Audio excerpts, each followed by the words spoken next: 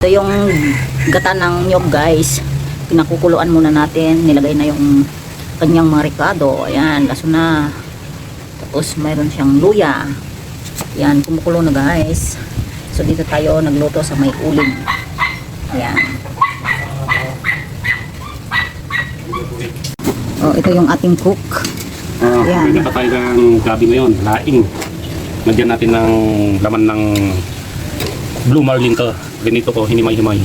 Kaya na natin, kumukulo na siya. Para sarap.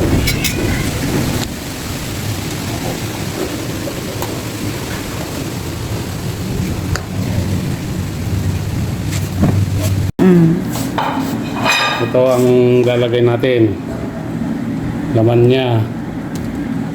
Ito yung katawad niya. Tapos may dahon. Nabilad siya konti. Yan. Ito ang aming ulam ngayon.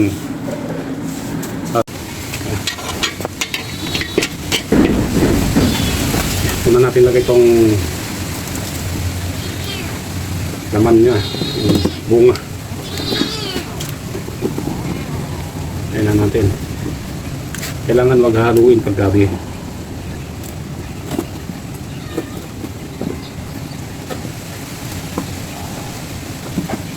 Ayan, lumuluto ng ginataan.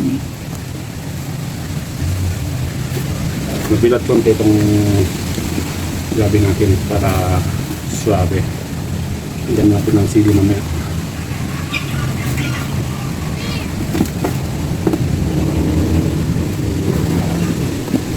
Dami. Ito ko kultihan na. Next. Oh, dahon. Next yung dahon. Unahin muna natin itong mga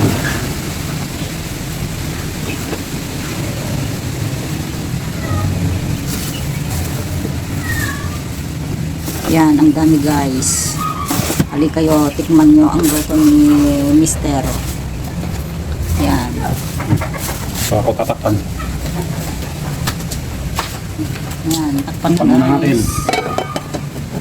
Walang haluan to hanggang maluto.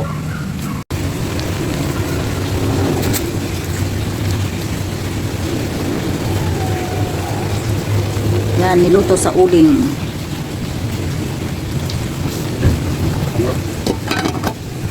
Ayan, wow. Yan nga.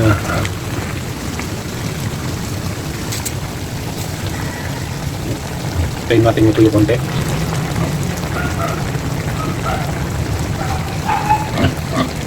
Naman. Ay, madultiwa rin. Ay, hindi. Ay, ganyan lang. Uy. Ay, Kapasarap yan. Huwag lang natin yung spicy. Sili spicy. Ang na kaya yan. manghang na yan. Ito na guys yung ating ginataang gabi. Ayan. Ayan. Oh, hindi na kayo, ang dami guys. Yummy. Ito yung dahon-dahon niya. Oh. Sarap.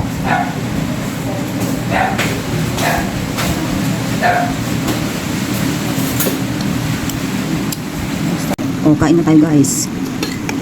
Ayan, ang sarap yung ating ulam. Ginataang gabi. Yan, with fried bangus. Meron pa tayong sabaw. Yan.